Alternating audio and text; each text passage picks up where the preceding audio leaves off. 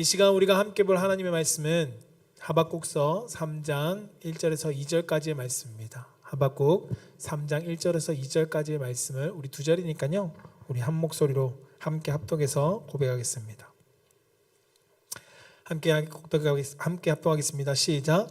시기온 옷에 맞춘 선지자 하박국의 기도라. 여호와여, 내가 주께 대한 소문을 듣고 놀랐나이다. 여호와여, 주는 주의 일을 이 수년 내에 부응하게 하옵소서.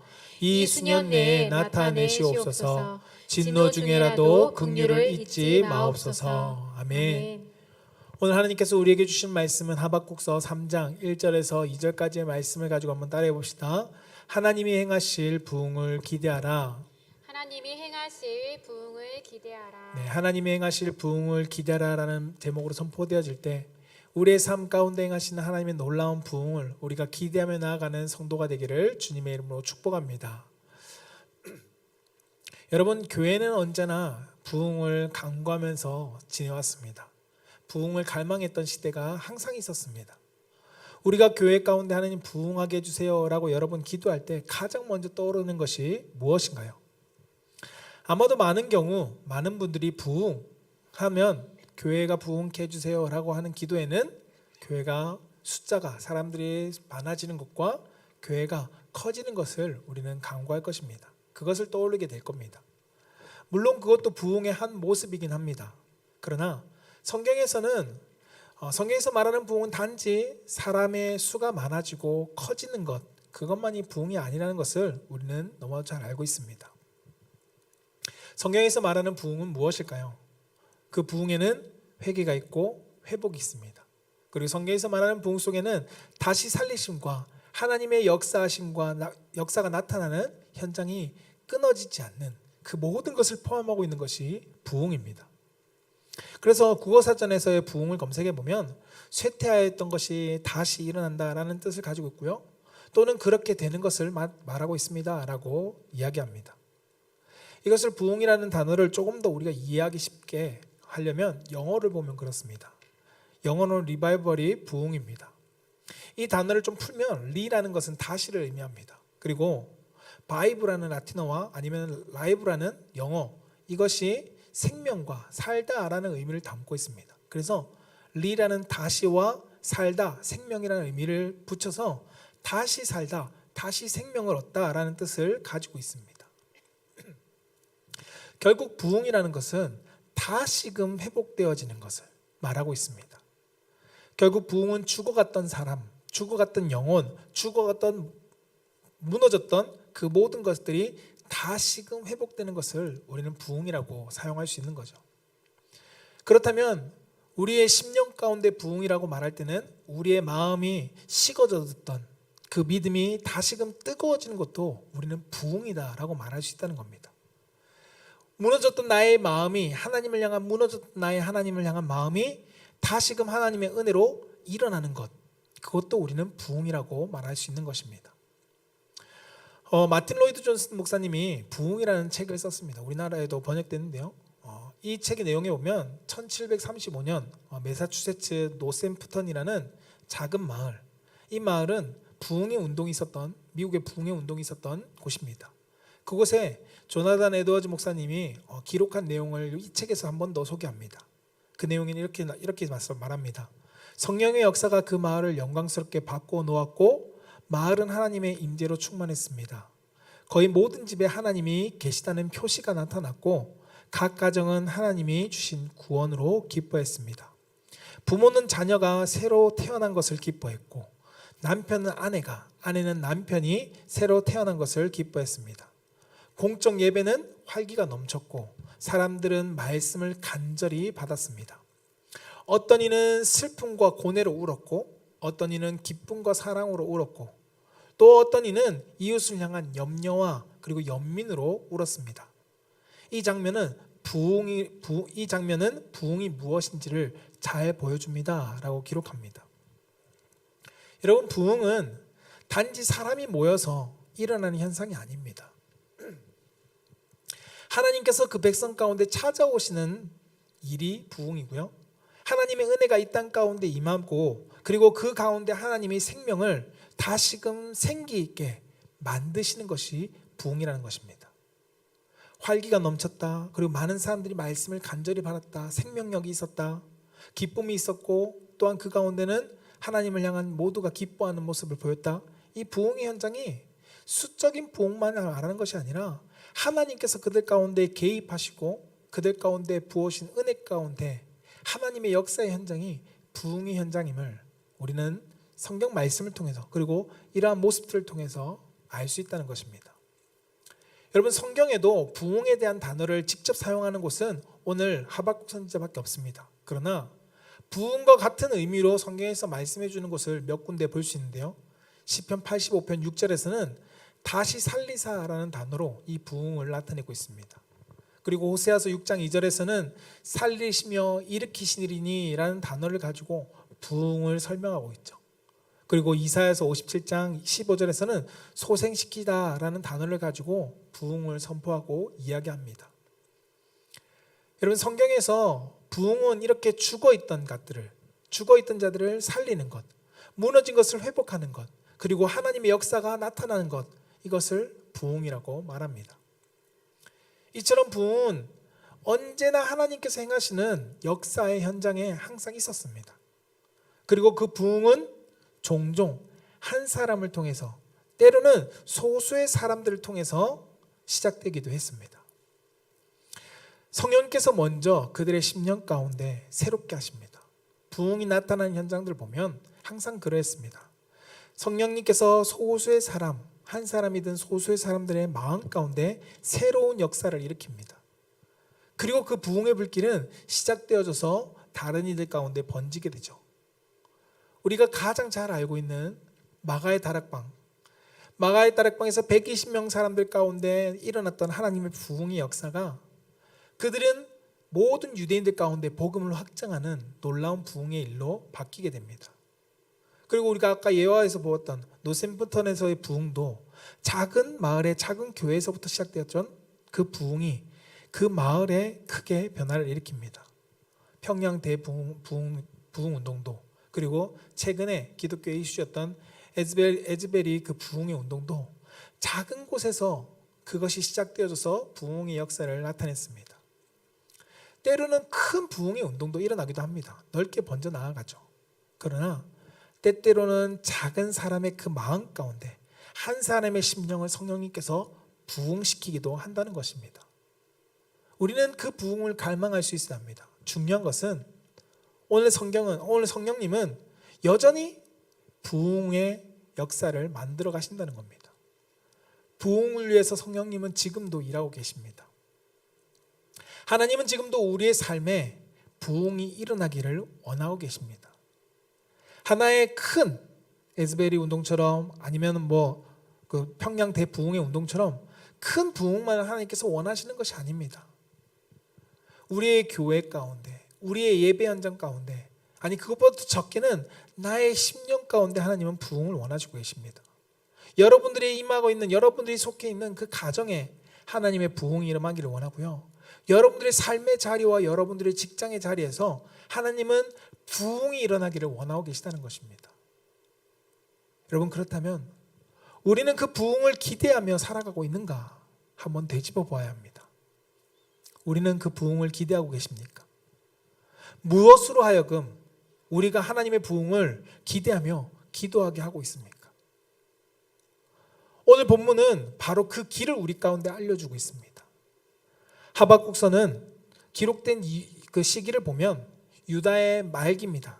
유다가 이제 바벨론에 의해서 멸망하기 그 직전에 유다의 말기의 상황입니다. 나라의 상태는 영적으로는 도덕적으로 다 무너져 있습니다. 온전한 것이 없습니다. 사람의 마음도 하나님을 떠나버렸습니다.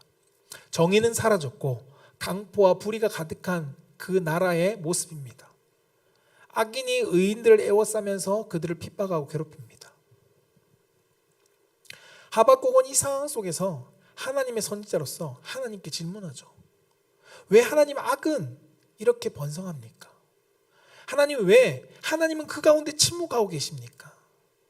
하나님은 왜 그것만 그냥 지켜보고만 계시는 것입니까? 라고 하박국은 1장에서 그가 하나님께 항소합니다.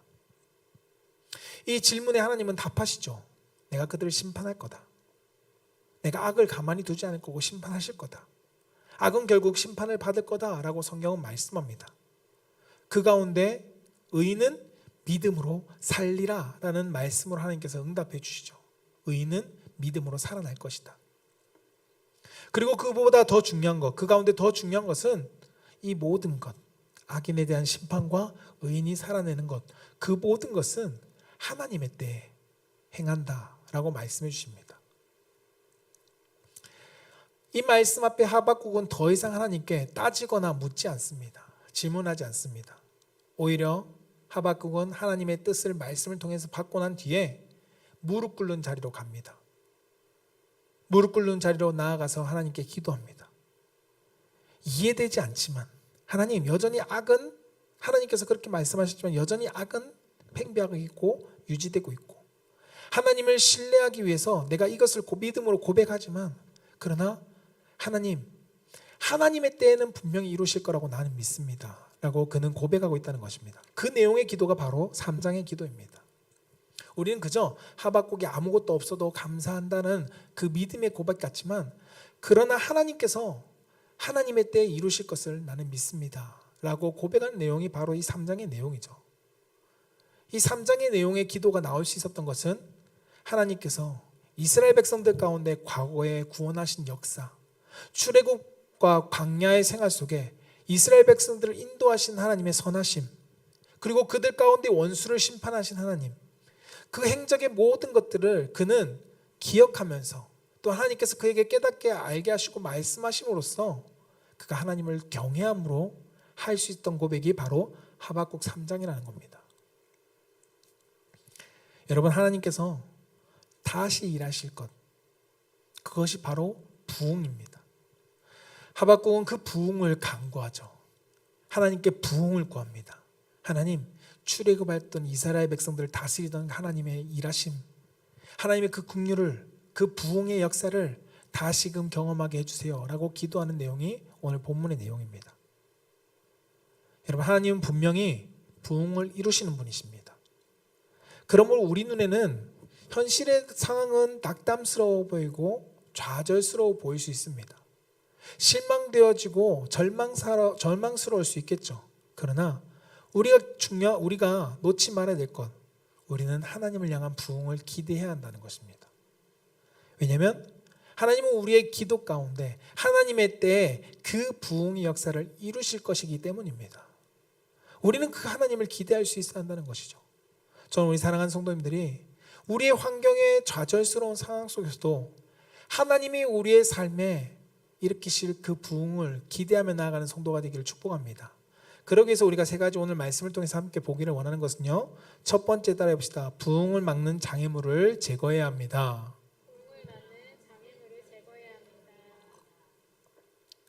오늘 4절 말씀, 오늘 말씀은 아니고요, 오늘 본문이 앞에 있는 하박국 1장 4절 말씀과 2장 4절 말씀을 한번 읽어보겠습니다. 시작.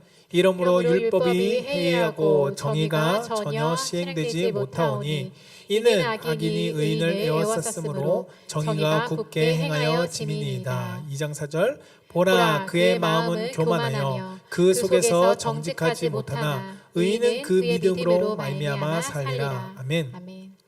여러분, 그 율법이 해이해졌다라고 말합니다. 그리고 그 마음이 교만해졌다라고 이야기하죠. 지금 현재 이스라엘 백성들의 상태를 이야기해주고 있습니다. 하박국은 하나님께 이것을 놓고 말합니다. 고발합니다. 하나님, 율법이 해이해졌습니다. 정의가 전혀 시행되지 않습니다 라고 말합니다. 어떠한 상태일까요? 하나님 말씀에 순종하는 이들이 없습니다. 모두가 불순종하고 있습니다 라는 겁니다. 하나님, 이 그들의 마음은 교만합니다. 교만하여서 하나님 앞에 불신앙과 불성실함을 나타내고 있는 모습을 고발하고 있습니다. 여러분, 하나님의 부흥을 경험하지 못하는 이유는 무엇일까요? 그것은 부흥을 경험하게 하는 것을 막는 장애물이 그들의 삶 가운데 있기 때문에 부흥을 경험하지 못한다는 것입니다. 부흥을 원한다고 말하지만 정작 내 삶 가운데 그것을 가로막는 그 장애물이 있기 때문에 우리의 삶의 부흥을 경험하지 못하는 것입니다. 그 장애물은 하나님의 말씀에 오늘 1장 4절과 2장 4절에서 본 것처럼 하나님 말씀에 순종하지 않음이고 불순종하고 불성실하신 모습입니다. 더 나아가 그들이 불신앙의 모습과 우상 숭배하는 모습이 하나님의 부흥을 경험하지 못하게 막았다는 것입니다. 왜일까요? 이 불순종과 불성실함과 그리고 불신앙, 이것은 하나님 앞에 하나님이 나의 주인 되심을 고백하는 데 있어서 방해물이기 때문입니다. 늘 하나님의 역사를 가로막는 장애물이 됩니다. 여러분, 불순종이 얼마나 무서운지, 그 불순종이 어떻게 우리의 부흥을 막는지 성경을 통해서 우리는 많이 발견할 수 있습니다. 많은 사건들이 그것을 이야기하고 있죠. 대표적인 예가 출애굽 사건입니다. 출애굽한 이스라엘 백성들이 가나안 땅에 들어갈 수 있는 그 상황에 찾아옵니다. 그곳에 정탐하러 갔죠. 분명히 하나님은 그들에게 가나안 땅이라는 곳을 통해 큰 부흥의 은혜를 경험하게 해주시려고 준비하셨습니다. 그러나 그들은 가나안 땅을 정탐하고 와서 돌아와서 한 행동이 무엇이냐면 하나님을 신뢰하지 않습니다. 불신앙합니다. 그 땅을 악평합니다. 하나님께서 주시고자 했던 땅을 악평하죠. 그리고 하나님의 말씀 가운데 순종하지 않습니다. 불신앙으로 그들은 나아갑니다. 그 결과가 어땠나요? 200만 명이라는 사람이 다 죽습니다. 단 두 사람, 여호수아와 갈렙만, 하나님을 신뢰했던 사람, 그리고 하나님의 말씀에 순종하고자 나아갔던 그 사람, 여호수아와 갈렙만이 하나님의 부흥의 역사를 펼치시는 가나안 땅에 들어가게 됩니다. 여러분, 하나님께서 길을 여셔도 순종하지 않으면 우리는 그 은혜를 누릴 수 없음을 이 역사를 통해서 우리는 발견하게 되죠. 불순종과 함께 따라오는 것이 무엇일까요? 불성실함입니다. 순종하지 않는 것과 따라오는 건 성실하지 않은 모습이죠. 그것은 항상 동반됩니다. 여러분, 불순종한 사람들과 달리 순종하는 사람들의 모습을 보면, 그리고 성실하게 하나님의 뜻에 이행한 자들을 보면 하나님은 항상 그들 가운데 큰 은혜를 베풀어 주셨습니다. 앞서 보았던 여호수아와 갈렙도, 그리고 예수님의 달란트 비유 가운데 5달란트를 가진 자, 2달란트를 가진 자들도 그들을 착하고 충성된 종이라 라고 성실하게 행했음을 성경은 칭찬하고 있죠. 이뿐만 아니라 요셉도, 그리고 다니엘도, 모세도, 그리고 모두가 하나님 앞에 순종함으로 성실하게 그들에게 맡겨진 사명을 잘 감당했습니다.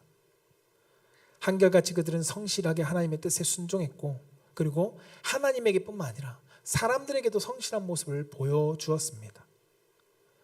여러분, 얼마나 성실했냐면 원수들 앞에서도 신실한 모습을 다니엘은 보여주었고, 요셉도 주인 앞에 그가 성실히 행하는 자임을 보여주었습니다. 우리는 이처럼 순종하는 일과 그리고 성실하게 하나님의 뜻의 모습을 나타낼 수 있어야 합니다. 그때 하나님은 우리 삶에 놀라운 부흥의 역사를 만들어내십니다. 내가 불순종하는 모습과 불성실한 모습 속에는 하나님의 부흥을 경험할 수 없습니다. 또한 이것과 함께 나타나는 것이 무엇이냐면 신앙의 모습입니다. 불신앙은 하나님을 나의 주인으로 모시지 않습니다. 하나님을 나의 주인으로 모시지 않으니까 우리의 삶에 부흥을 경험할 수 없게 되죠. 우리가 부흥을 경험하려면 우리가 하나님 앞에 바른 신앙으로 설 수 있어야 합니다. 우상을 섬기는 것이 아니라 하나님을 섬기는 자로서 나아갈 수 있어야 한다는 것입니다. 하나님께서 가장 기뻐하는 것은 무엇이냐면 우리가 하나님을 얼마나 의지하느냐, 그 모습을 하나님 보십니다. 하나님을 의지하는 백성들을 하나님께서는 긍휼을 베푸시고, 하나님을 의지하는 자들 가운데 하나님은 부흥을 허락하시기 때문입니다.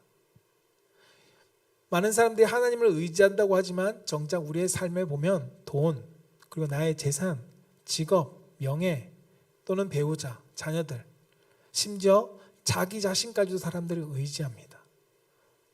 이것을 우리가 다른 표현으로는 성경에서 뭐라고 얘기하냐면 사랑한다라고 이야기하죠. 내가 가장 붙들고 내가 가장 사랑해야 될 것은 하나님입니다. 신앙인의 모습 가운데 가장 나타내야 될 것이 바로 이 하나님을 향한 사랑이라는 것입니다. 하나님보다 더 큰 자리에 우리가 올려놓는다? 그것은 우상이라고 성경은 말씀합니다. 아니, 나는 우상을 두지 않았는데요. 나는 섬기기를 하나님만 섬기는데요. 그러나 성경에서는 하나님보다 더 사랑하는 것을 우상이라고 말하고 있습니다. 하나님을 향한 신앙을 버리고 다른 것을 의지하는 삶에는 하나님의 부흥은 임하지 않습니다. 하나님보다 다른 것을 사랑하면 하나님의 부흥이 우리 삶 가운데 찾아오지 않는다는 것입니다. 그 이유는 너무나도 성경이 분명하게 밝히고 있습니다. 출애굽기 20장 5절 6절 한번 읽어볼까요? 출애굽기 20장 5절 6절 시작. 그들에게 절하지 말며 그것들을 섬기지 말라. 나 내 하나님 여호와는 질투하는 하나님인지 내 자의 죄를 갚되 아버지로부터 아들에게로 3, 4대까지 이르게 하시거니와 나를 사랑하고 내 계명을 지키는 자에게는 천대까지 은혜를 베푸느니라. 아멘. 아멘. 하나님보다 더 의지하고 더 사랑하는 것이 있어서는 안 된다라고 성경은 말씀합니다. 가족도 물질도 자녀도 하나님보다 더 사랑하면 그것이 우상이 됩니다. 그것은 곧 무엇을 나타내는 걸까요? 하나님을 향한 불신앙을 말하고 있는 것입니다. 여러분, 그렇다고 하나님이 가족을 사랑하지 말라는 것이 아닙니다. 여러분들 가운데 물질을 좋아하지 말라는 것이 아닙니다. 좋아할 수 있습니다. 중요한 것은 하나님보다 내가 그것을 더 사랑하기 때문에 문제라는 것입니다. 하나님을 향한 불신앙이 나타날 수 있는 것은 우리가 어디를 사랑하느냐, 무엇을 사랑하느냐를 보면 됩니다. 우리가 선택의 기로에 놓였을 때 나는 무엇을 선택하느냐, 모든 선택 중에 내가 하나님을 가장 선택하느냐, 아니면 하나님이 2순위냐 3순위냐, 그것이 우리가 하나님을 향한 신앙의 모습을 점검해 볼 수 있는 것입니다. 부흥은 누가 하시는 거냐면 하나님이 하시는 일입니다. 여러분 삶 가운데 하나님을 신뢰하지 못하는 불신앙의 모습을 가지고 있다면 하나님의 부흥을 우리가 소망하지만 그 부흥이 우리 삶 가운데 역사하지 못합니다. 왜냐하면 그것이 장애물이 되기 때문입니다. 사랑하는 성도 여러분, 하나님을 향한 신앙의 고백, 그 고백 가운데 하나님을 가장 사랑하는 삶의 모습으로 나타낼 수 있길 축복합니다. 고백만 하나님 사랑합니다, 하나님 감사합니다로 끝나는 것이 아니라 우리의 삶이 하나님을 사랑한다라고 보여주고 그것을 증거함으로써 내 삶에 하나님을 향한 순종과 하나님을 향한 신뢰와 하나님을 향한 믿음과 섬김으로 하나님의 삶 속에서의 부흥의 역사를 만들어 가실 수 있도록 내어드릴 수 있는 성도가 되기를 주님의 이름으로 축복합니다. 두 번째는 무엇이냐면 따라해 보겠습니다. 회개해야 합니다. 오늘 본 말씀 같이 한번 읽어볼게요. 2절 말씀입니다. 시작. 여호와여, 내가 주께 대한 소문을 듣고 놀랐나이다. 여호와여, 주는 나의 일을 이 수년 내에 부응하게 하옵소서. 이 수년 내에 나타내시옵소서. 진노 중에라도 긍휼을 잊지 마옵소서. 아멘. 오늘 말씀에 보면 하나님이 진노 중에라도 긍휼을 잊지 말아달라고 이야기합니다. 여러분, 이 진노가 임하는 이유가 무엇일까요? 그들이 죄 가운데 범해 있기 때문입니다. 하박국에서 악행을 행하는 유대인들을 1장과 2장에서 잘 나타내주고 있습니다. 앞에 대지에서도 우리가 보았죠. 장애물이 무엇인지. 하박국 선지자는 이 시대에 예레미야와 함께 사역했던 사람입니다. 예레미야에서 보면 이스라엘 백성들이 얼마나 악했는지에 대한 모습들을 여러 가지 드러내는데요. 그 중에 하나가 무엇이냐면 예레미야를 통해서 하나님께서 말씀을 기록하고 그 말씀을 이스라엘 백성들 가운데 유다인들에게 주십니다. 그러나 유다 왕은 그것을 말씀을 찢어버리죠. 찢고 불태워버립니다. 하나님의 말씀을 들으려고 하지 않았다는 것입니다. 그것이 현재 유다의 모습이었습니다. 분명 죄는 하나님의 부흥을 막습니다. 그러나 하나님은 우리의 죄악 때문에 부흥을 끊지는 않으시는 분이라는 것을 우리는 알아야 합니다. 하나님은 부흥을 우리에게서 거두어가지 않으십니다. 그것이 참 감사한 거죠. 오히려 하나님은 선지자를 통해서 이스라엘 백성들이, 유대인들이 회개하도록 계속 촉구하십니다. 무엇 때문에요? 이유는 하나입니다. 그들을 부흥케 하시기 위해서. 이스라엘 백성들 가운데 선지자를 보내시고 회개를 촉구했던 이유는 단 하나, 이스라엘 백성들 가운데 다시금 하나님의 부흥을 허락하기 위해서, 그들을 다시금 회복시키기 위해서 하나님은 끊임없는 부흥을 위한 작업을 해 나아가셨습니다. 회개하고 돌이키라는 것, 본래의 자리로 돌아오라는 것, 이것이 하나님이 백성을 향한 마음입니다. 우리는 하나님께 돌아갈 수 있어야 합니다. 우리가 있어야 할 자리는 하나님 곁의 자리입니다. 우리가 그 하나님의 곁의 자리를 떠나면 항상 우리의 삶에는 문제가 생길 수밖에 없습니다. 성경은 그래서 이스라엘 백성들 가운데 계속 강요하는 것, 모든 삶 가운데 그들에게 강요하는 것은 하나입니다. 회개하고 여호와께 돌아오라. 이사야서 1장 18절 말씀에 이렇게 기록하죠.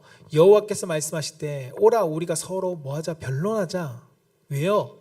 너희의 죄가 주홍 같을지라도 눈과 같이 희어질 것이요 진홍같이 붉을지라도 양털같이 희게 하시기 위해서. 이 변론하자는 것은 너희들이 내 앞에 와서 너희들의 삶을 회개하고 아뢰자. 왜요? 우리의 죄를 하나님께서 용서하시며 부흥을 일으키기 위해서라고 말씀하고 있습니다. 말라기서 3장 7절에도 동일하죠. 만군의 여호와가 이르노라 너희 조상들의 날부터 너희가 나의 규례를 떠나 지키지 아니하였도다. 그런즉 뭐라고요? 내게 돌아오라는 겁니다. 내게 돌아오라. 그리하면 나도 너희에게로 돌아가리라 라고 말씀합니다. 이사야서 55장 7절에는 이렇게 말씀합니다. 악인은 그의 길을, 불의한 자는 그의 생각을 뭐하고요?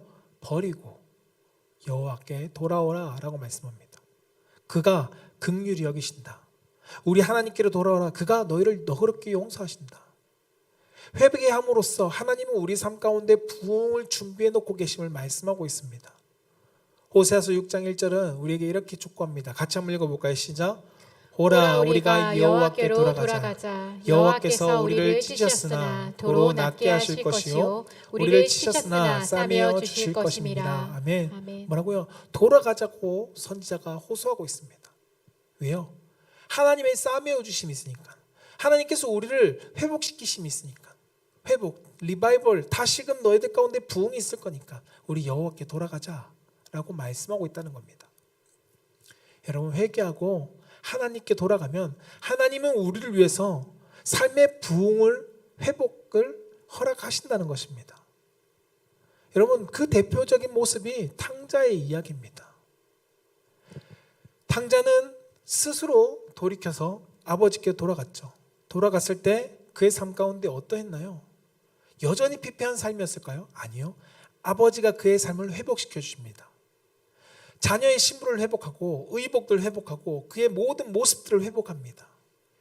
다시금 회복되어지는 것, 다시 시작하는 것, 다시 생명을 얻는 삶으로 바뀌었죠. 이것이 부흥입니다. 분명 집 나간 탕자는 비참했습니다. 그러나 돌아온 탕자는 그 부흥을 통해서 행복을 경험하게 됩니다. 사랑하는 성도 여러분, 하나님께 돌아가는 것이 우리의 삶의 회복이 됩니다. 우리가 하나님 앞에 회개할 때, 회개하며 하나님께 돌아갈 때 하나님은 우리의 삶에 부흥을 허락하십니다. 이것은 성경이 말하고 있는 약속입니다. 지금도 떠나 있는 이들에게 하나님은 여전히 콜링하고 계시죠. 부르고 계십니다. 돌아오라 라고. 돌아오면 부흥을 경험하게 하십니다. 여러분 우린 지체하지 않아야 합니다. 우린 망설이지 않아야 합니다. 하나님은 지금도 떠나 있는 자들뿐만 아니라 그들의 육신이 떠나 있는 삶뿐만 아니라 마음이 떠나 있는 그리스도를 향해서도 하나님은 돌아오라 라고 말씀합니다. 몸만 나와 있는 그들을 향해서도 하나님은 다시금 돌아오라 라고 말씀하고 있다는 것입니다. 하나님은 때때로 그 돌아오는 말씀, 선지자를 통해서 선포하셨던 말씀 대신에 우리의 삶에 고난과 아픔과 어려움을 통해서 부르기도 하시죠. 중요한 것은 하나님께서 우리 가운데 고난과 아픔과 슬픔을 허락하신 이유는 우리를 망하게 하시려고 하는 것이 아니라 그 메시지를 통해 돌아옴으로써 다시금 우리를 부흥케 하시기 위한 것임을 우리는 기억해야 합니다. 하나님은 우리를 은혜의 자리로, 기도의 자리로, 믿음의 자리로, 순종의 자리로 하나님은 우리를 다시금 부르고 계십니다. 우리가 회개하며 주님 앞에 돌아갈 때 우리가 용서를 구하고 하나님 우리를 고쳐주시옵소서, 하나님 나의 연약함을 도와주시옵소서, 우리가 하나님 앞에 믿음으로 고백할 때 하나님은 우리의 삶에 그 고백 위에 하나님의 회복을, 하나님의 부흥을 경험하게 하실 것입니다. 저는 우리 사랑하는 성도님들이 이 회복을 경험하고 하나님의 부흥을 경험할 수 있는 성도가 되기를 축복합니다. 이 부흥은 우리의 10년 가운데서 일어날 것입니다.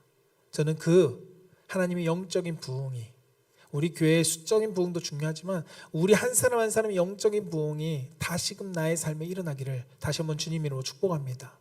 세 번째, 우리 따라해 볼까요? 부흥을 사모하며 기도해야 합니다. 네, 부흥을 사모하며 기도해야 한다는 것입니다. 오늘 1, 2절 말씀을 다시 한번 같이 한번 읽어봅시다. 시작. 시기온옷에 맞춘 선지자 하박국의 기도라. 여호와여, 내가 주께 대한 소문을 듣고 놀랐나이다. 여호와여, 주는 주의 일을 이 수년 내에 부응하게 하옵소서. 이 수년 내에 나타내시옵소서. 진노 중에라도 긍휼을 잊지 마옵소서. 아멘. 오늘 하박국은 오늘 본문 속에서 무엇 하고 있죠? 하나님을 향해 기도합니다. 이 기도는 단순히 하나님께 기도하는 것이 아닙니다. 하나님께서 이스라엘 백성들을 회복시키기를 사모하며 드린 기도입니다. 하나님께서 세상 사람과 믿음의 사람의 분명한 차이가 무엇이냐면, 세상 사람들은 어려움이 찾아올 때 절망합니다. 기껏해야 내가 어떻게 하면 그것을 이길까라고 고민하긴 하죠. 그러나 하나님의 사람들은 무엇 하냐면 기대하며 기도합니다. 누구를 향해서요? 하나님을 향해서 기대하며 기도합니다. 세상의 사람들은 기대를 세상 것에 기대하죠. 그러나 세상 것의 기대는 미치지 못할 때가 너무도 많습니다. 그러나 하나님을 향한 기대에는 하나님께서 반드시 응답하신다는 겁니다. 믿음의 사람은 하나님께서 행하실 위대한 일을 기대하며 나아가는 사람들이었습니다. 절망의 상황 속에서도 그들은 기대했습니다. 그리고 그 인생의 가장 밑바닥에 있을 때도 그들은 하나님을 향한 기대가 있었기 때문에 좌절하지 않았습니다. 요셉도, 그리고 다니엘도, 우리가 알고 있는 믿음의 많은 사람들, 바울과 실라도 감옥에서, 여러분, 그들이 환경이 변한 것이 아니라 하나님을 그들은 기대했기 때문에 그 변하지 않는 환경 속에서도 소망할 수 있었던 것입니다. 여러분, 왜 성도는 기도할까요? 기도하면서 기대할까요? 그것을 로마서 8장 32절은 이렇게 말씀합니다. 함께 읽어볼까요? 시작. 자기 아들을 아끼지 아니하시고 우리 모든 사람을 위하여 내어주신 이가 어찌 그 아들과 함께 모든 것을 우리에게 주시지 아니하겠느냐. 아멘. 왜요? 우리가 하나님께 기대할 수 있는 이유는 자기의 독생자도 주신 분이 우리의 삶에 허락하지 않으실까라고 말하고 있다는 겁니다. 당연히 우리 삶에 모든 것을 아끼지 아니하시고 주시는 분이 하나님이기 때문에 우리는 기대할 수 있는 것입니다. 또한 히브리서 6장 14절은 이렇게 말씀합니다. 함께 읽어봅시다. 시작.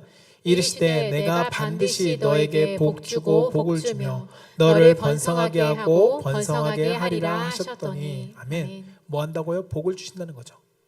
여러분, 근데 이 복을, 우리 육신의 복만을 제한 두니까 문제가 되는 겁니다. 하나님 우리의 삶에 마음의 평안의 복도 복입니다. 하나님은 중요한 것은 우리의 삶에 복을 베풀어 주신다는 것입니다. 누구에게요? 부흥을 사모하면서 하나님께 나아가는 자에게, 하나님께 기도하는 자에게 하나님은 부흥을 허락하십니다. 그 복을 허락하십니다. 우리가 부흥을 기대하면서 기도할 때 하나님의 약속의 말씀을 붙들고 우리가 기도하면 하나님이 그 약속의 말씀대로 우리의 삶 가운데 회복과 부흥의 은혜를 베풀어 주십니다. 하박국 선지자는 그것을 알았습니다. 그래서 오늘 본 말씀 3장 2절에 이렇게 고백했죠. 여호와여, 내가 주께 대한 소문을 듣고 놀랐나이다. 하나님에 대한 소문, 하나님께서 하박국에게 말씀하시는 내용을 다 들었죠. 듣고 놀랐나이다. 여호와여, 주는 주의 일을 이 수년 내에 부응케 하옵소서. 이 수년 내에 부응케 하옵소서. 하나님께 들었던 말씀을 들으니까 하나님은 내가 기대할 수 있는 분이구나. 하나님 부흥을 허락하실 수 있는 분이구나. 안 될 것 같았는데 이 이스라엘 백성들 보니까 아무것도 없고 소망이 없는데, 외양간에 소가지도 없고 아무것도 없는데 소망이 없는데, 하나님의 이야기를 들어보니, 하나님의 약속의 말씀을 들어보니 그 없는 상황 속에서도 내가 하나님 앞에 기대할 수 있구나 라고 그는 고백하는 겁니다. 여러분, 하박국은 하나님이 자신에게 주신 그 말씀을 듣고 하나님을 경외하며 하나님께 기대했습니다. 무엇을요? 부흥을 기대했습니다. 사랑하는 성도 여러분, 우리 가운데 찾아온 어려움 앞에 여러분은 어떻게 하고 계시나요? 세상의 방법을 찾고 구하며 쫓아가고 있지는 않습니까? 아니면 낙심하고 좌절하고 주저앉아 있지는 않습니까? 사람들은 그 방법을 쫓아갑니다. 그러니 하나님의 부흥이 일어날 수 없죠. 그러나 원망하고 불평하는 세상 사람들과는 다르게 하나님은 우리가 무엇 하기를 원하시면 하나님께 부흥을 기대하며 기도하기를 원하고 계시다는 겁니다. 오늘 하박국처럼 그의 3장의 기도의 고백이 바뀔 수 있었던 것은 하나님에 대한 소망을 보았고 하나님 앞에 기대할 수 있었기 때문에 그는 하나님께 이렇게 고백할 수 있었던 것입니다. 여러분, 기도하면 하나님은 그 사람을 통해서 공동체의 소망을 가지게 하시고요. 기도하면 그 기도하는 사람을 통해서 하나님은 나라의 소망을 가지게 해주십니다. 여러분, 하박국이 무엇을 위해서 기도했나요? 그가 기도한 것은 하나입니다. 하나님, 이 수일 내에 부흥케 하여 주옵소서. 하나님의 부흥을 놓고 기도했습니다. 하나님의 부흥. 그러나 여기에 또 하나의 메시지가 담겨 있는 것은 무엇이냐면 오늘 2절 말씀 한번 띄워주실래요? 여호와여 주는 주의 일을 이 수년 내에 부흥케 하옵소서. 누구의 일일까요? 하나님의 일입니다. 내가 원하는 것을 소망을 하나님 들어주세요가 아니었습니다. 하박국은 무엇을 놓고 하나님께 기도했냐면 주님이 일하실 것, 주님이 계획하시는 그것을 부흥케 하옵소서라고 그는 기도합니다. 하나님의 일이 무엇이었을까요? 하박국 선지자와 맞았죠. 하박국 선지자의 소망과 맞았습니다. 그것은 하나님의 구원이었습니다. 이스라엘 백성들을 구원해달라는 거예요. 여러분, 우리가 하나님께 소망을 가지고 기대하면서 간구하는 것은 내 욕심의 기도가 아니라는 겁니다. 누구의 일을요? 주의 일을 위해서 우리는 기도할 수 있어야 합니다. 주의 일을 이 수년 내에 이루어 주옵소서. 하나님의 일은 구원입니다. 사랑하는 성도 여러분, 여러분은 무엇을 위해서 기도하시나요? 여러분은 주님의 일을 위해서 얼마나 기도하고 있습니까? 지금 이 시대는 하나님의 부흥이 간절한 시대입니다. 여러분, 가정이 깨어지고 있어요. 여러분, 교회가 힘을 잃어가고 있습니다. 나라와 세계는 서로 분쟁하고 다투고 있습니다. 위기 속에 있죠. 민족을 끌어안고 기도할 하박국처럼 우리는 기도할 수 있어야 합니다. 무엇을요? 하나님의 부흥을, 리바이벌을 기도해야 돼요. 다시금 살리실 하나님의 은혜를 우리는 기도할 수 있어야 한다는 겁니다. 여러분, 집안에 여러분들 가운데 걱정거리가 있을 때 그 문제를 끌어안고 여러분 기도하십시오. 그러면 하나님께서 여러분들 가정 가운데 부흥을 허락하실 것입니다. 다시금 가정이 살아나게 하실 거예요. 여러분, 사업장과 직장에 죽어가고 좌절되어지고 사망이 우리 사업장에 있다면 여러분 그것을 놓고 여러분 붙들고 기도하십시오. 도망가는 것이 아니라 다른 세상의 방법을 쫓아가는 것이 아니라 그것을 문제를 끌어안고 하박국처럼 기도하면 하나님이 그 사업의 현장 속에 다시금 리바이벌 다시 살리시는 역사가 일어날 겁니다. 교회도 동일합니다. 교회의 문제 속에 하나님 이 우리 풍성한 교회가, 이 한국 교회가 다시금 리바이벌 살아나게 하여 주시옵소서, 생명력이 있게 하여 주시옵소서라고 우리는 하박국처럼 기도할 수 있어야 합니다. 그때 여러분 그 기도하는 사람을 통해서 하나님은 부흥의 역사를 만들어 가실 겁니다. 우리의 심장이 하박국처럼 기도를 터뜨릴 수 있는 심장이 되어야 합니다. 그렇게 먼저 여러분 내 안에 부흥을 각오하십시오. 내 안에 부흥이 없는데 어떻게 다른 부흥을 확장해 나아갈 수 있겠습니까? 내 안에 불이 없는데 어떻게 다른 것에 불을 지필 수 있겠습니까? 내 안에 부흥이 일어나야 합니다. 누구처럼요? 오늘 하박국처럼. 소망이 없던 하박국의 마음이 3장에 가서 소망이 생긴 것은 하나님이 그의 마음에 부흥을 일으키셨기 때문입니다. 저 우리 사랑하는 성도님들이 우리가 먼저 내 심령에 부흥이 일어나기를 간구하며 나아갈 수 있기를 원합니다. 그 부흥을 경험할 때 우리는 하박국처럼 기도할 수 있습니다. 내 부흥이 없는데 입술로만 기도하는 것은 전혀 의미가 없습니다. 나의 부흥의 뜨거움이 있어야 그것을 놓고 우리는 기도할 때 그 부흥의 역사는 커져 나갈 것입니다. 누구를 어디로요? 여러분들의 가정으로, 여러분들의 교회로, 여러분들의 민족으로, 여러분 모든 세계 열방으로 확장되어 나갈 것입니다. 저는 그 일을 위해서 함께 기도하며 나의 부흥을 위해서, 우리의 부흥을 위해서 소망을 가지고 여러분들이 기도할 수 있는 성도가 되기를 주님 이름으로 축복합니다. 말씀을 정리하고자 합니다. 하나님은 부흥을 분명히 허락하십니다. 이스라엘 역사를 보면 그랬습니다. 하나님의 부흥은 결국 이루어졌습니다. 왜냐하면 하나님께서 약속하셨기 때문입니다. 우리에게도 약속하셨죠. 사도행전 1장 8절에 보면 오직 너희가 성령에 임하면 너희가 권능을 받고 예루살렘과 온 유대와 사마리아 땅끝까지 이르러 내 증인이 된다라고 말씀해 주셨습니다. 성령이 너희 가운데 임하시면 부흥의 역사는 일어난다는 겁니다. 여러분, 성령이 임하시면 우린 다시금 살아나게 됩니다. 왜요? 성령님이 하시는 일이기 때문입니다. 성령님이 우리 가운데 임하시면 내 심령이 살아날 것이고, 성령님이 우리 가정 가운데 역사하시면 우리 가정이 살아날 것입니다. 우리 교회 가운데 임하시면 교회가 살아나고 부흥하겠죠. 저는 우리 사랑하는 성도님들이 이 부흥을 기대할 수 있길 바랍니다. 성령이 너희에게 임하시면 그 성령이 우리의 가정 가운데, 내 심령 가운데, 우리 교회 가운데 우리의 불순종과 불신앙을 제거해 주시고, 하나님 내가 나의 삶 가운데 찾아온 두려움을 물리쳐 주시고, 이 직장에서의 압박받는 모든 어려움을 하나님께서 해결해 주시고, 사람을 바라보는 것이 아니라 하나님을 바라보게 하심으로써 성령님이 내 삶에 부흥의 토대를 닦고 그 가운데 하나님이 부어주시는 부흥의 은혜를 나도 경험하게 하여 주옵소서. 여러분, 그 일을 위해서 우리는 철저하게 회개해야 합니다. 회개할 때 하나님의 부흥을 기대할 수 있습니다. 그때 하나님의 행하신 놀라운 부흥의 역사가 우리 가정과 우리 공동체와 우리의 사업장과 우리의 나라 가운데 나타날 것입니다. 여러분, 그 일을 위해서 우리가 하박국처럼 함께 기도하며 나아가는 성도가 되기를 다시 한번 주님 이름으로 축원합니다.